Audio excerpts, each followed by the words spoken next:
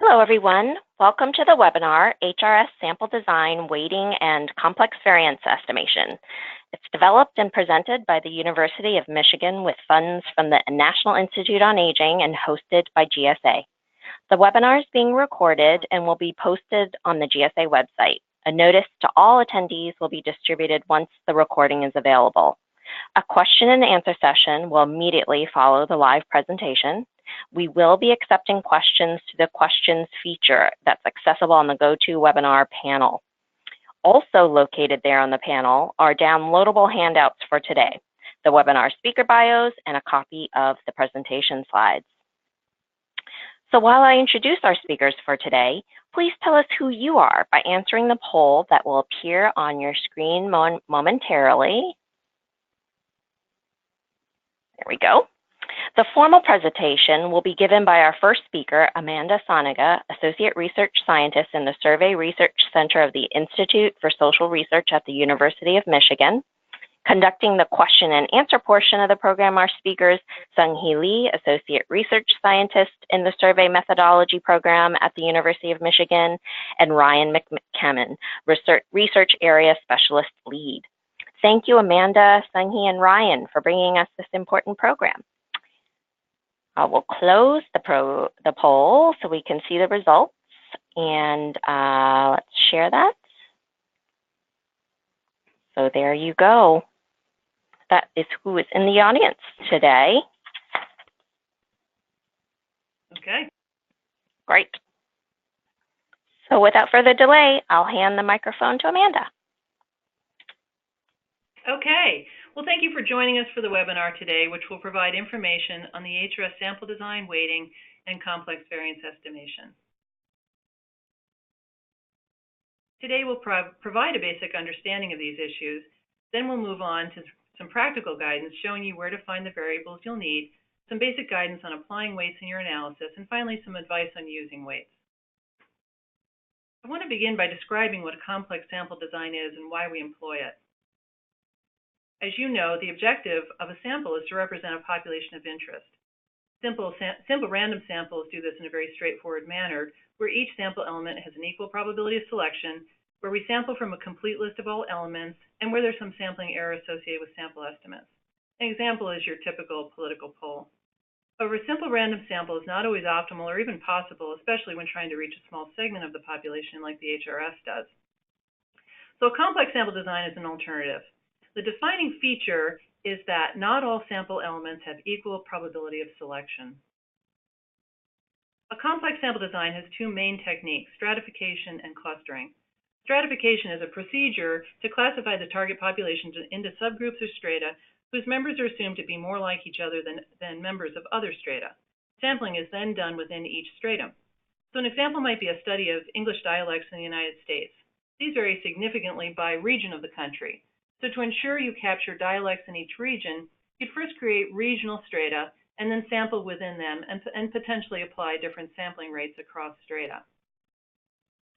The second main technique is clustering, where the target population is first divided into groups or clusters, then a sample of clusters is randomly selected, and lastly, each member of the cluster is interviewed. An example would be a study of grade school students. So there's no list of names and addresses of all grade school students, but we do have school addresses, and schools have lists of students. But it's not realistic to obtain all of those lists.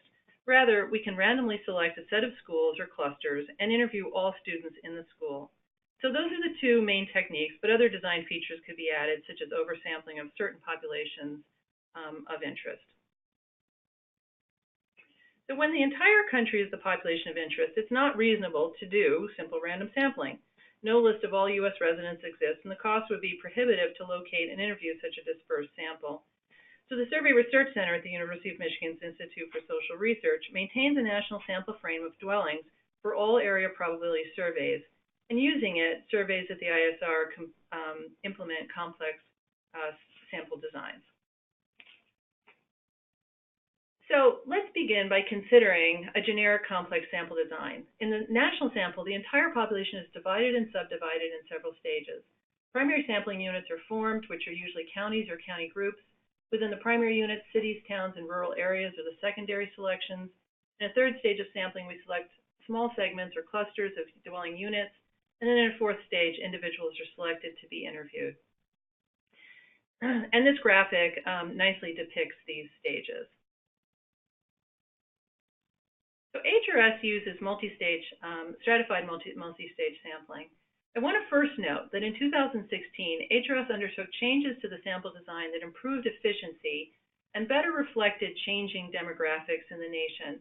So it's important to acknowledge that what follows refers to the historical sample design, which is still very important, of course, since it's the bulk of the data you'll be using. So for cohorts through the mid-baby boomers, the design includes oversampling of Hispanic and African American households.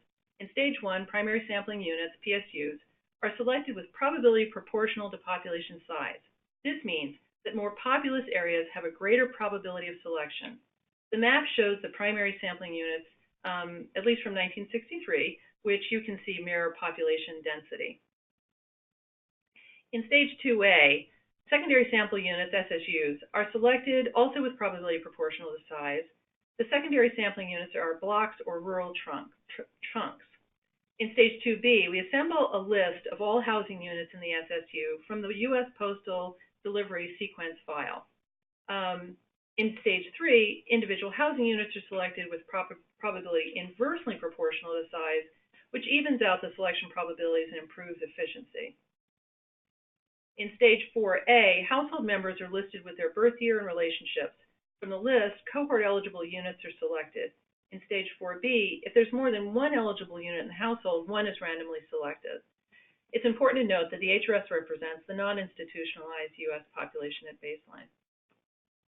So the major implication of the HRS sample design is that sample units, both individuals and households, have different probabilities of sample selection.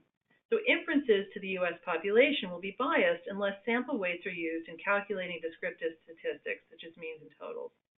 Sample weights account for this differential selection. The sample is geographically stratified and clustered, as we just explained, so variance estimates using standard formulae are not appropriate and need to be corrected in analyses using weights. So now I want to turn to talking a bit about the sample weights. HRS provides household and respondent level sample weights that are constructed to make the HRS weighted sample representative of all U.S. households containing at least one person in the cohort eligible range in the case of household weights, or of all non-institutionalized individuals in the U.S. population aged 51 years and older in the case of the respondent level weights. So the baseline sample weight starts from a base weight that accounts for differential probability of selection. It is the inverse of the probability of selection. It is fixed, and by design, positive or non-zero. Then we account for non-response based on patterns of non-response, which is higher for men than women, single than married, young than old, and African American and Hispanic than non-Hispanic white. The final step of the baseline weight is a post-stratification weight that projects the sample to the target population. We use an outside data source with lower non-response as a reference. Previously, we used the current population survey as this data source. The current reference data source is the American Community Survey. Now I want to explain the difference a little bit between the household and respondent weights. Household weights are applied in analyses at the household level, such as if you're studying wealth or housing variables. They're positive as long as one of the respondents is age eligible, an original respondent, living and non-institutionalized. Respondent weights are used in analyses at the respondent level, such as work, health, work, cognition, and so on. Respondent level weights are positive only if the respondent is age eligible, connected to an original respondent, if not an original respondent themselves, living and not institutionalized. Now I'll turn to talking about complex variance estimation. So why is this a concern? Well, the default on most statistical packages assumes a simple random sample, but the complex sample design, as we've described, is not. In general, in a complex sample design, stratification reduces sampling variance, clustering increases sampling variance, and the sample is not self-weighting, which itself increases sampling variance. Therefore, we need to correct the standard errors in analysis using design variables. We use two sample design variables, stratum and secu, which I'll describe in a moment. Design effects are a ratio of the sampling variance under a multi-stage complex design to the sampling variance under a simple random sample design. Design effects represent the effect of the complex sample design on the variance. Another way to think about it is as a measure of efficiency of the multi-stage sample design. A few other things are worth noting about design effects. Specifically, they're in relation to specific variables. There are no overall design effects for a survey, and they will be highest for variables that are more homogeneous within clusters and that are strongly related to the weights. Taken together, sample weights affect point estimates and may influence variances and standard errors, but adjustment for complex sample design affects only variances and standard errors. Now I want to take a moment to talk about where to find the weight and design variables. So as I mentioned, HRS provides wave-specific weights at both the household and respondent levels. These are available in the tracker file. The variable name for the household weight is XWGTHH and XWGTR for the respondent weight. X ranges from A for 1992 wave to P for the 2016 wave. The current tracker file has weights through 2014, but the 2016 weights should be available very soon. The design variables used in analysis to adjust the variance are called stratum and secu, as I mentioned. Stratum ranges from 1 to 56 and is a variable that defines the sampling error computation strata of the HRS data. Due to their population size, 2 strata are defined for New York, Los Angeles, and Chicago. Otherwise, each self-representing design stratum is represented by 1 stratum. Note that the values of stratum will be different starting with the 2016 wave because of changes, as I mentioned, to the sampling strategy. The secu variable is the stratum half-sample code for analysis of sampling error using the balanced repeated replication method or approximate 2 per stratum Taylor series method. Within the self-representing sample error strata, the half-sample units are created by dividing sample cases into random halves, so it's coded 1 and 2. And you always need 2 PSUs per stratum for the analysis to work. Now let's talk a bit about applying weights and design variables in analysis.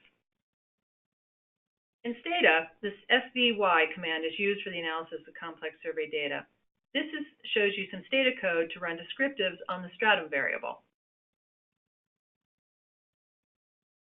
This slide shows the survey mean command that allows you to apply the weights, the stratum, and the secu variable to, in this case, the self-rated health variable. So these results reflect the weighted mean with a corrected standard error. This slide shows an error that can arise when you subset the data. In this case, running the mean for self-rated health only among those with Mexican ethnicity. This resulted in a stratum with only 1 primary sampling unit, which is a problem. The solution is to combine the stratum with 1 PSU, the one that has 1 PSU you can see with the asterisk, combine it with the adjacent stratum. An even better solution, however, and the recommended procedure, is to use a subsetting command. In Stata, the subpop command is part of the SVY command, and in SAS, you use the domain command within the survey procedure. And we're not going to go into a lot of detail about this, but we've provided links to more detailed articles about using these subsetting commands. And this slide provides the SAS code to run a simple table of gender by arthritis, and you can see where you apply the weight, the stratum, and the secu variables. And then in SPSS, you conduct a 2-stage procedure. This slide shows you step 1, and then here's step 2 of the procedure for applying these variables in SPSS. So how important is it to use the weights?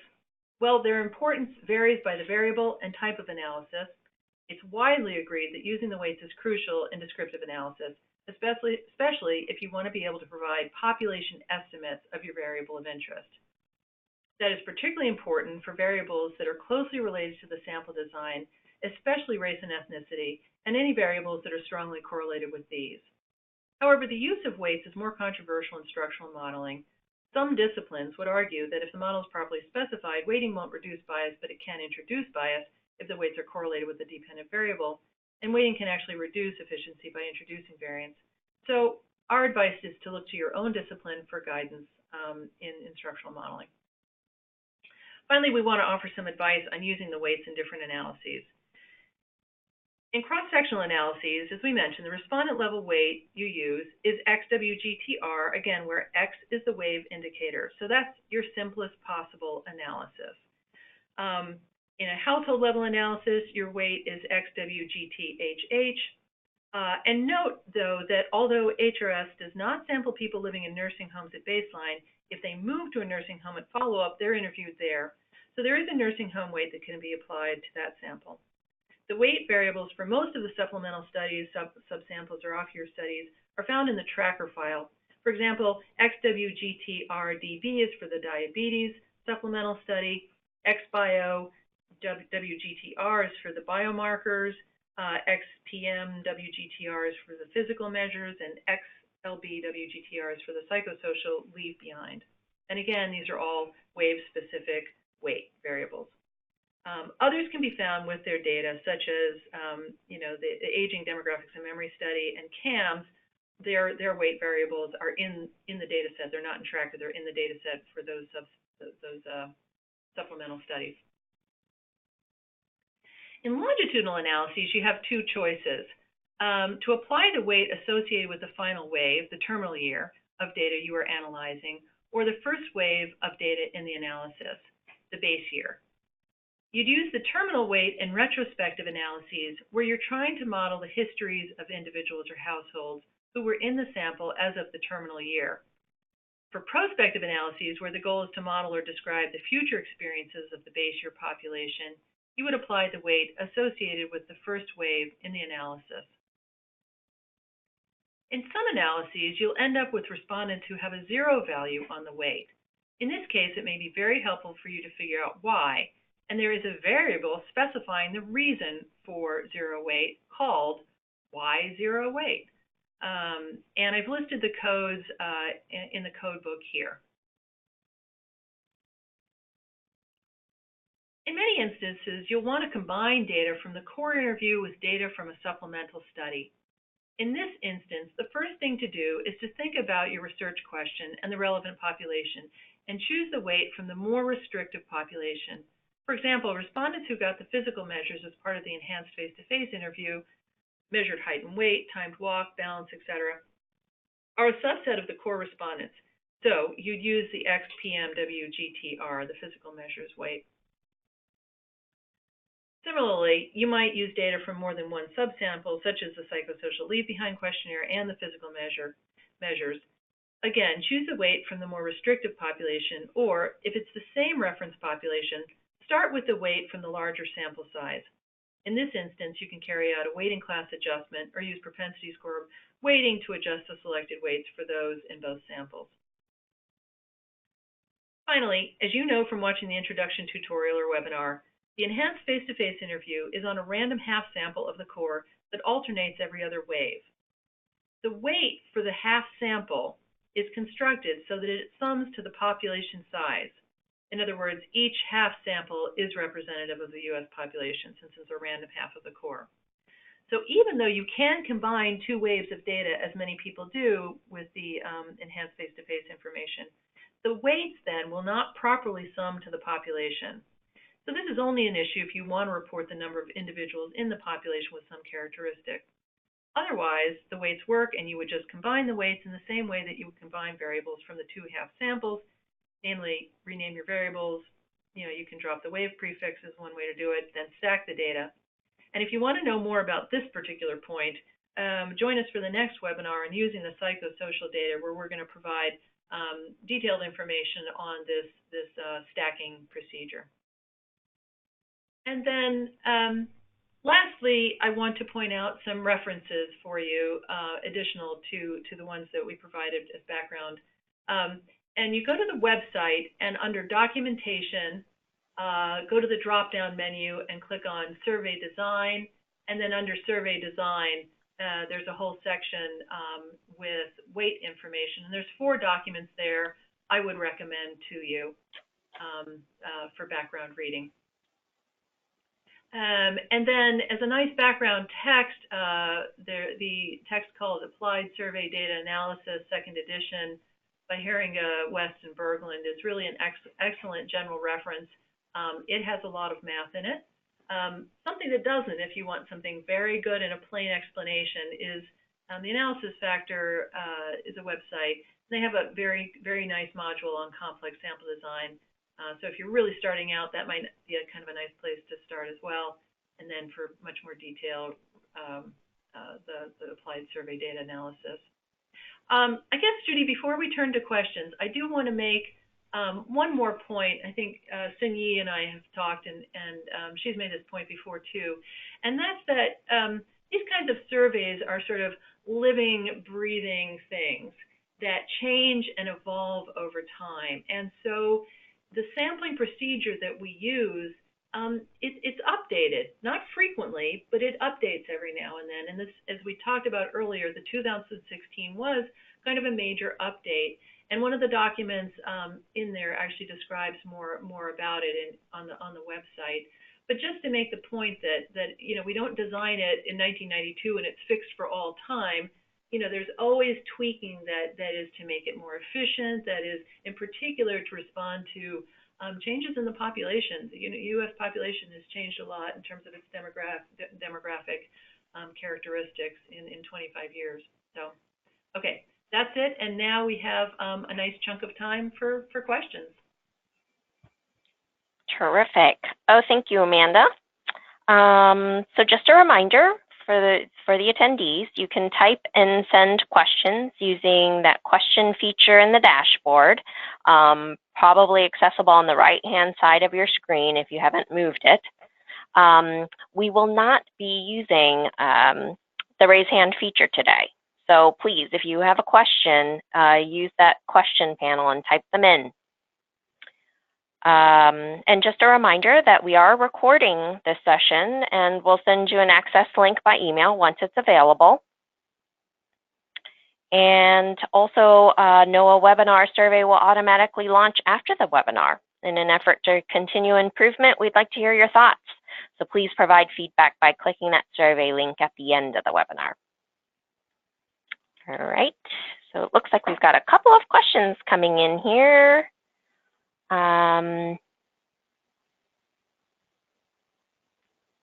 Let's start at the top here. Very first one, how do the respondent level weights take into consideration the non-independence of spouses who are both included as respondents? Sun Yi has an answer. Oh, so the spouses that are not age eligible would get 0 weight. And why 0 weight variable that Amanda went over will indicate that information. If both spouses are cohort eligible, then they will both have positive weights. One thing to keep in mind when using the stratification and cluster indicators in carrying out your analysis is that by design, the cluster indicator will adjust your standard errors based on the observed correlation within clusters, irrespective of the source of that correlation. So whether it be because people live in the same neighborhood or the same household, the procedure is agnostic as to the source of the correlation. Brian, so the participant actually said, does the respondent level weight, I thought maybe the household level weight is accounting for that, the couple, sort of the interdependent. The weight itself, oh, I'm sorry, yes, so the weight is not the weight is affected by household composition and the number of eligible respondents in the household. But in terms of accounting for the non-independence of 2 eligible respondents in a household, that's where the design indicators come in. Yeah. Specifically the SECU. Right. The SECU is the one accounting for the clustering. So. Okay. All righty. Hey. Here's another one. What about pooling all birth cohorts data for analysis? Should we use weights? If so, how? Pooling all birth cohorts.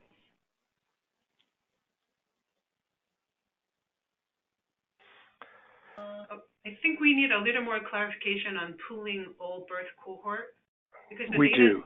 Are you agreeing, Ryan, that we need? I agree that I'm sorry. A little clarification would be helpful. Is this a question perhaps about pooling across waves? So that you would be considering, for example, those who were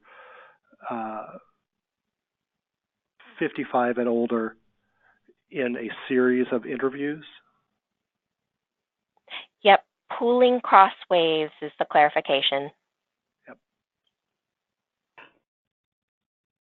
Yeah, that sounds right, Ryan. So you want to take a stab at that? Well, I mean, strictly speaking, the study doesn't. I mean, I think in these instances, it's always important to consider the population reference. That is to say, who is it that you're trying to represent? And that population has both a set of defining characteristics, in this case in terms of birth year, but also in terms of time and place, right? So if you were to pool all waves and not consider when the data was collected, I'm not sure it's hard to identify what the population that you're trying to represent would be. Right. Sungi, do you want to say more about that? I agree. I guess pooling across waves, I guess we need a little more information on the purpose of the analysis. And going back to your point, what is the population that is going to be addressed in that pooled analysis? That will determine what kind of weight should be applied. And Judy, could you go back one slide from where we are now? Sure. Thank you. Oh, nope, I'm sorry, the other way, I guess. My mistake. There we go. Back up. Oh. I just want to point out this HRS questions at umich.edu email address. And when if you have questions that are, well, either general or specific, that in some way you don't get a satisfying answer to in today's webinar, please do feel free to send them to hrsquestions@umich.edu, and they will be routed to the appropriate person here at HRS. And I'd like to think that we do a pretty snazzy job of helping users with their questions using the HRS data. So that might be a place in this case where we could get some more context about the analysis that you have in mind.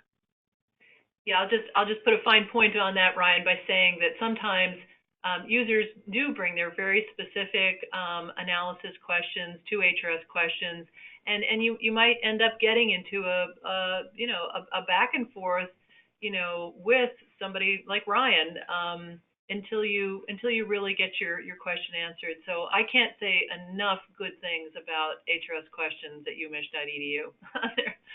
So please do use it if this didn't answer your question. Great. And we have a couple here around genetic data.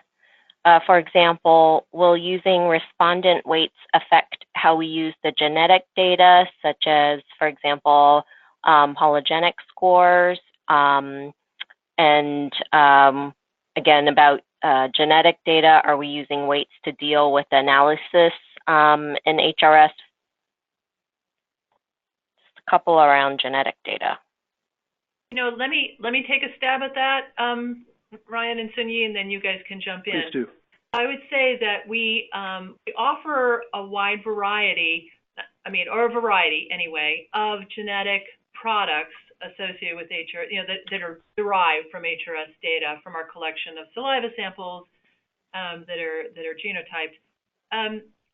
Some of those products, and I would say that the polygenic scores are a good example of things, telomere length, are a good example of products that we have constructed and made available just as public data products on the HRS website.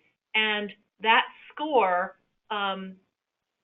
applies to an individual in the same way that any other phenotypic characteristic that's from the survey applies to the individual.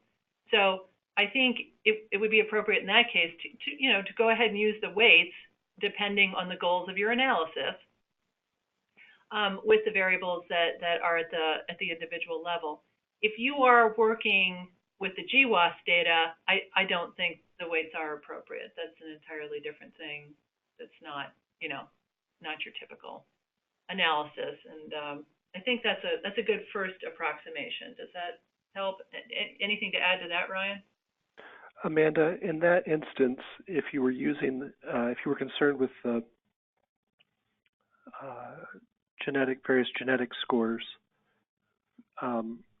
you would use the biomarker subsample weight? Correct. Is that correct? That's right. So in this case, it would say for 2014, then that would be O bio weight R. Correct. That's right. And you can find that in the tracker file. Good. Yes.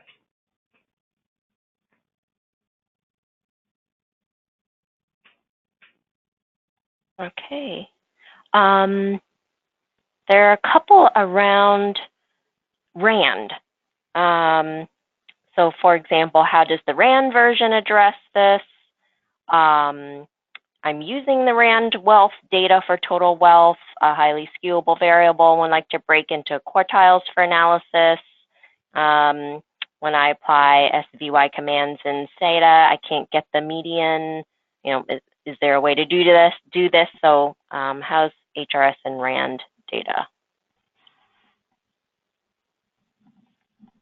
Let me take a first stab at that again and let you guys weigh in. But RAND is simply a process-cleaned version of the HRS raw data. So it is the same. It is exactly the same respondent for respondent. The N in the tracker should be the same as the N in the longitudinal the crosswave products that they put together.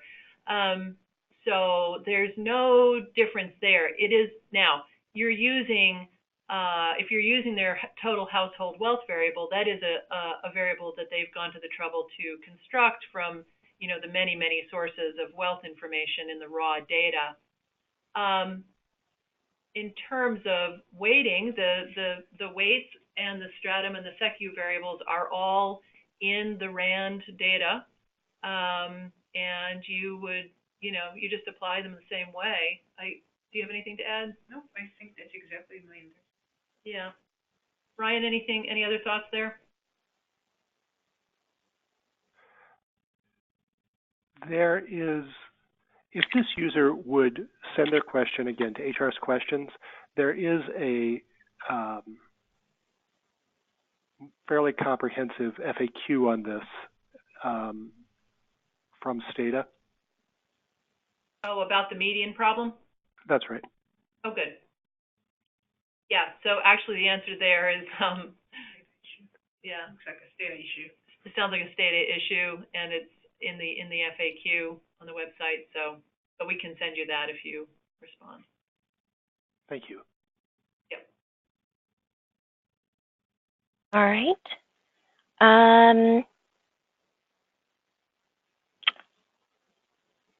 Here's a question. In the 2012 HRS data, there are only 300 Asian participants.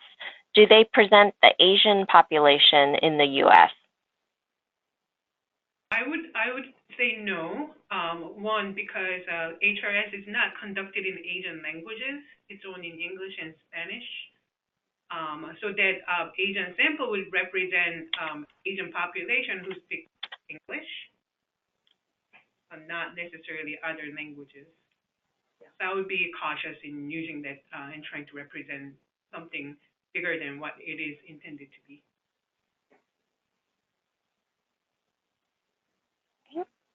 I am wondering why we are seeing participants with age in 20s or 30s in the sample. Those are partners. Those are spouses or partners, and they should have a 0 weight. So that's how you can check. If you've watched the introductory webinar or video, you know that all that we talked about today about sampling people and the trouble we go to find the person, you know, at that last stage. If you picture the graphic, that last stage, if we pick somebody in the household who's 51 and older in the cohort that we're trying to recruit, or 51 to 56. We also, if they are married or partnered, we invite their spouse or partner to become a study participant as well. And so those 20-somethings and 30-somethings and 40-somethings, those are spouses or partners. And Ryan made the point, so they have a 0 weight. And Ryan made the point about, because sometimes both members of the household are in the age-eligible region, and then they'll have a weight. Likewise, over time, because it's a longitudinal study, spouses and partners can age in, and then they can go from having over time a 0 weight to a weight.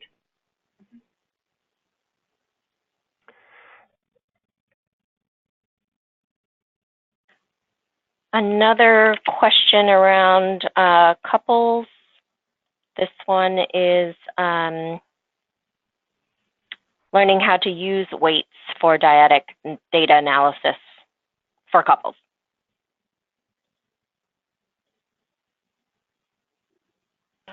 So what would a dyadic analysis, what would that look like?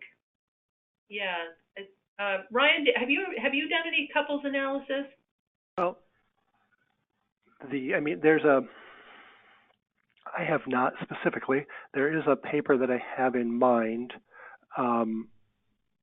but what I would say here is it depends on what you mean by dyadic analysis.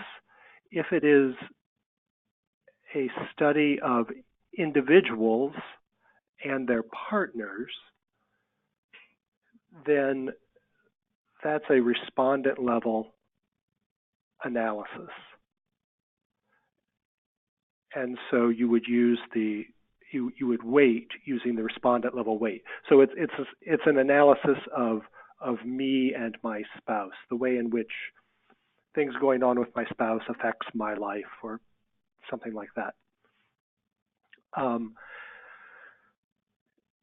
If it is an analysis of dyads, where the unit of analysis, if you think about your data set, each record would represent a dyad, then that's really a household level analysis.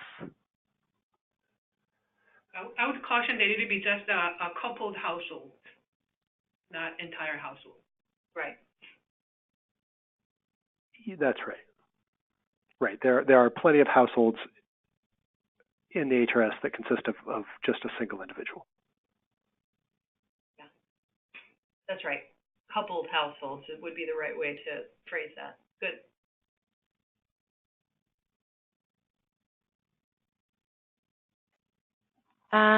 Here is, are there any plans to construct a weight for the deceased individuals who are part of the HRS sample? For instance, we're using exit data.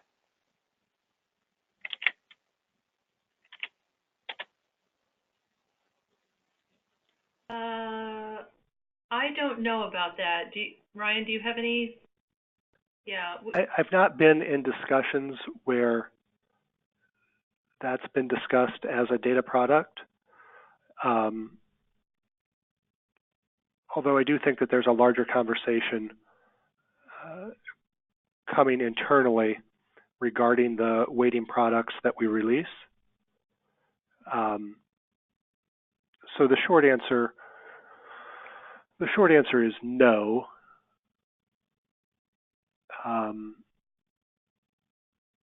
A longer answer would consider the use of the individual's weight prior to their death, and I would think that would be representative. That would they would represent deaths in that way. Sung-Yi, does that seem correct? I mean, I'm a little bit off the cuff here. I have to think about like what population, again, like goes back to like what population we're talking about. So if I were to use the respondent weight that was given to the deceased person right before when they deceased, that weight will represent whoever was represented by that weight, right? So applying that weight to talk about population that will be eligible for HRS in the next wave or something like that will be can be misleading. So it's a more conceptual thing that we'll have to think about if we are to create weights for the disease. But they don't exist now. And, they don't. Yeah. We're not sure. It's above our pay grade at this point. But again, send it to HRS questions. It could end up routing to someone who might have a different answer. But I think it's fair to say that it's not coming anytime soon. Why does using the domain statement in SAS stop the less than 2 PSU error? It's because when you use domain statement, instead of dropping out people who do not belong to the subgroup, it applies zero weight and does analysis. So it takes care of that problem, the problem that you may encounter if you subset the data and do the same analysis. Yeah, in other words, the domain, both of those, subpop and domain, retain the integrity of the entire sample. They don't chop it up. You have all of the sample, and then the analysis is subgrouping them and not throwing any data away. All of the data continues to be used in the analysis. It's very worth learning how to do. Mm-hmm. Any recommendations or references for accounting for attrition in longitudinal analyses? Take a look at Chapter 11 in the Haringa, West, and Berglund volume. They go through a couple of different options there.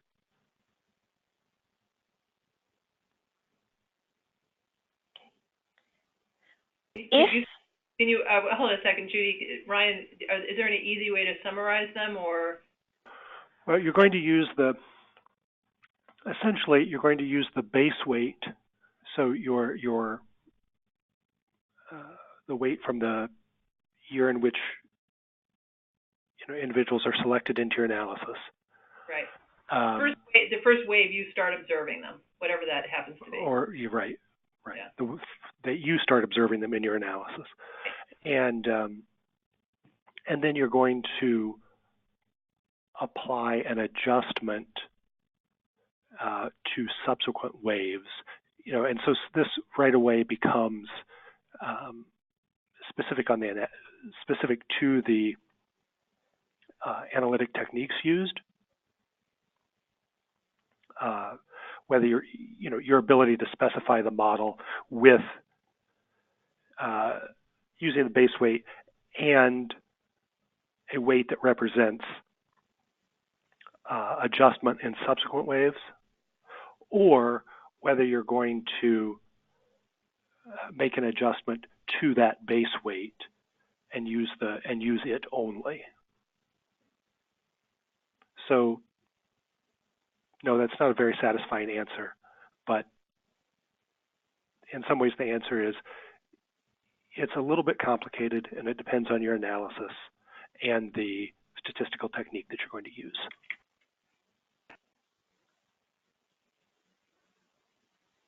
Okay.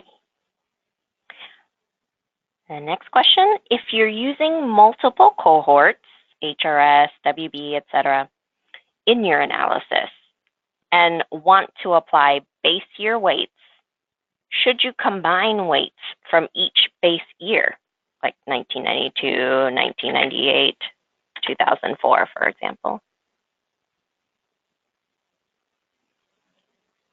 Yes. The short answer to that question, in my opinion, is yes. So if you're, this comes back, I guess, to this question about pooling a little bit.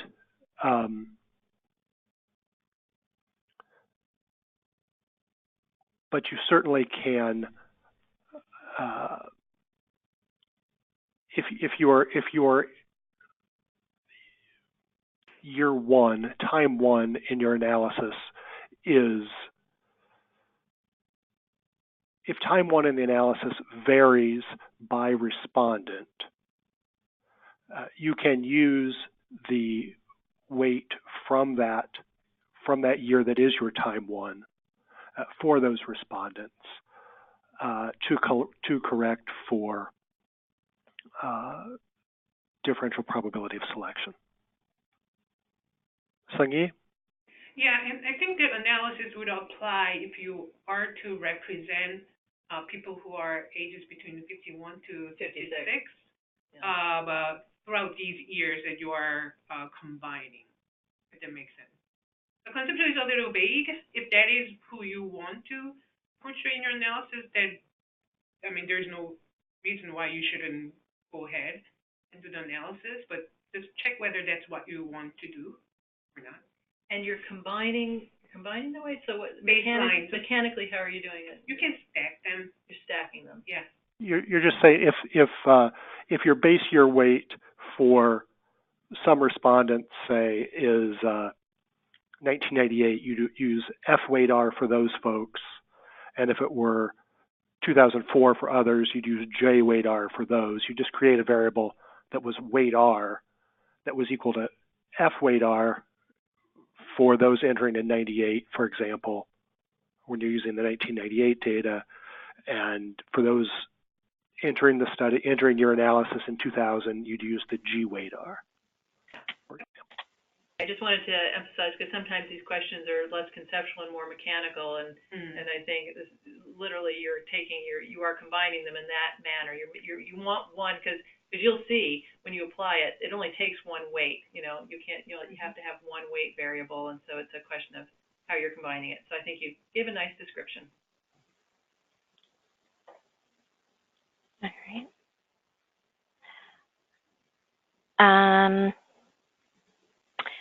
Is there a plan to construct nursing home weights for early waves prior to 2000 wave of HRS? Older birth cohorts are selectively removed from analysis the way things stand because as they age into nursing homes, they're missing. Thacker file suggests sometime before 2000 wave had been interviewed.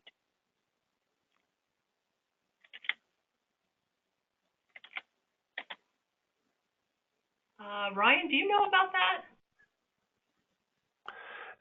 The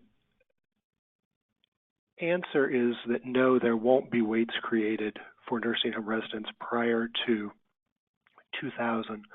Part of the way the sample design works is that individuals are not eligible for selection into the sample if they are in a nursing home.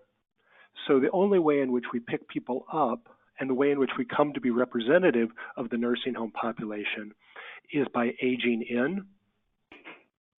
And in those years prior to 1998, that's not generally the way the sample is constructed. So for example, in the ahead cohorts, those born in 1923 and before, if you look just at those who are sampled, we miss a decent, we miss nursing home, we miss existing nursing home residents. So the reason in which we're comfortable with our representation of the nursing home population after 1988, so 2000 forward, is that by picking up all birth cohorts such that in 1988 they were 51 and older, we pick people up as they age into the nursing home. So I don't know what limits there might be on our availability of information to construct those weights for prior to 2000, but conceptually, from the point of view of the sample design, we don't represent them. Sounds right.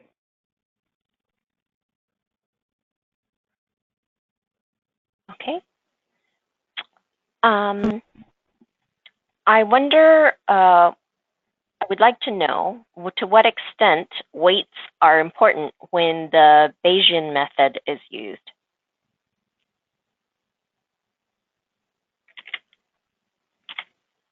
I believe the Bayesian, analysis still tells you, as Amanda pointed out, if you're doing a descriptive analysis, applying weight doesn't hurt.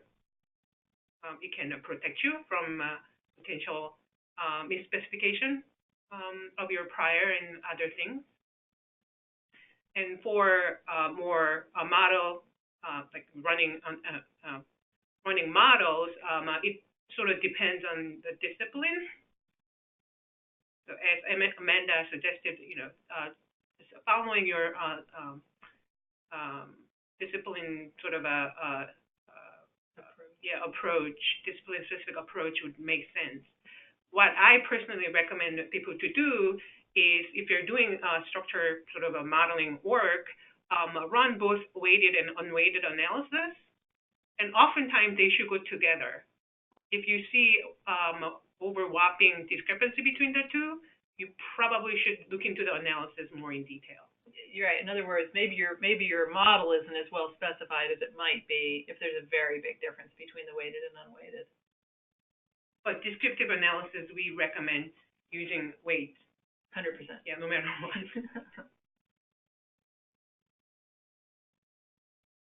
Okay. Can you please explain the difference in using SVY set versus SVY subpop when using HRS data? I'm sorry, can you say that again? Yep, the difference in using SVY set versus SVY subpop when using HRS.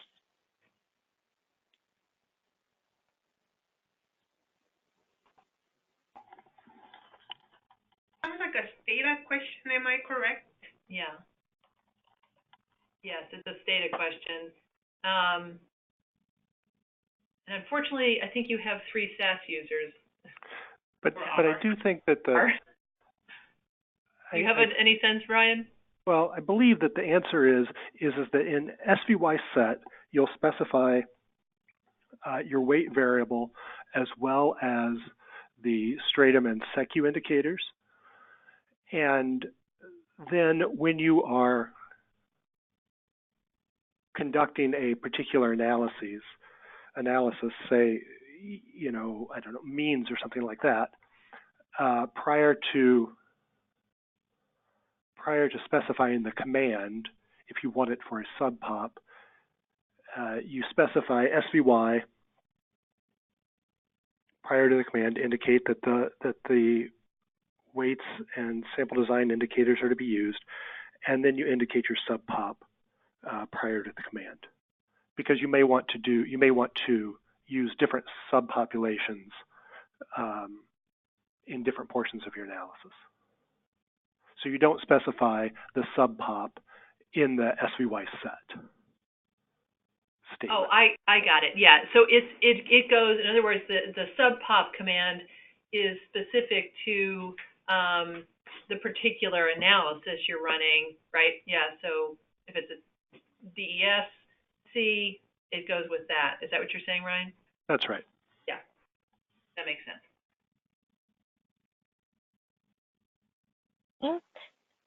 And a follow-on additional question, when do weights for 2016 plan on being released?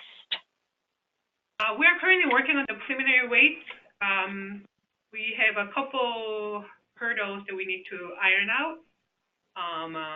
But that much I can tell you at the moment, because I'm working on it right now. Very likely by late spring. Oh, yeah. Yeah.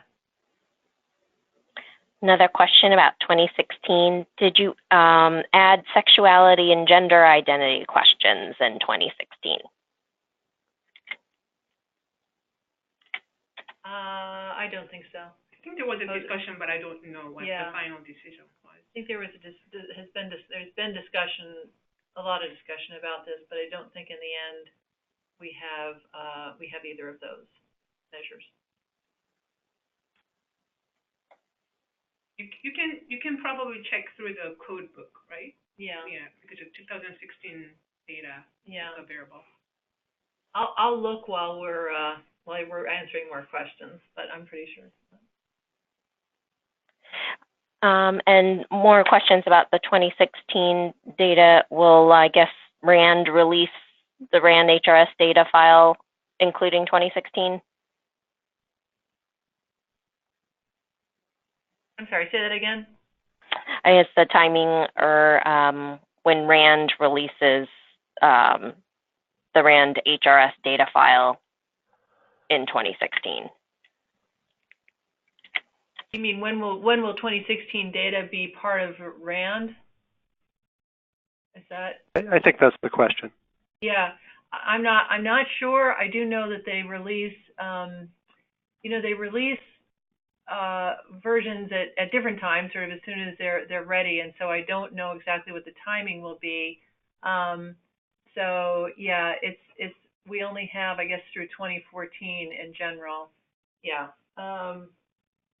And they will eventually be I'm sure they're probably working furiously on it right now, adding 2016, but I'm not sure about the ETA. But I would urge you to email the RAND help desk, and I'll get you that right now. The RAND help desk question is RAND HRS help. No, I'm sorry. It's, which one is it? Oh yeah, RAND HRS help at rand.org. Go ahead and email them and see what they say. They'll probably have a better answer for you. This comes up every couple of years, as it turns out. Given the HRS interview schedule, and one of the things to keep in mind is that 2016, the 2016 HRS data collection actually ran into 2018 because of the addition of, because 2016 is a sample refresh year, so we added 6 new birth cohorts. And so, yes, it seems like here we are in the spring of 2019, and why isn't this all buttoned up?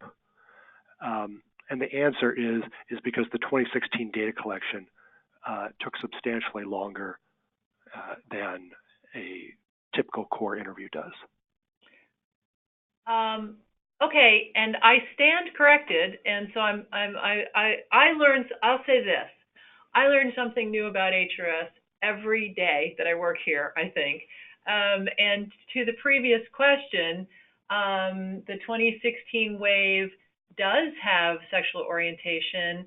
It is variable PB135, and it is in the demographics section. And if I'm not completely incorrect, I think there was an age limit in asking that question. That So it sounds is right. possible that it was asked only on the new incoming cohort. Yep. And so here's why that's exactly right, is that the sample size there is only like, a little, almost 4,500, something like that, 4,300 people answered that question. So that would be the new cohort. Yeah. Who are the late baby boomers born 60 to 65. Okay, good.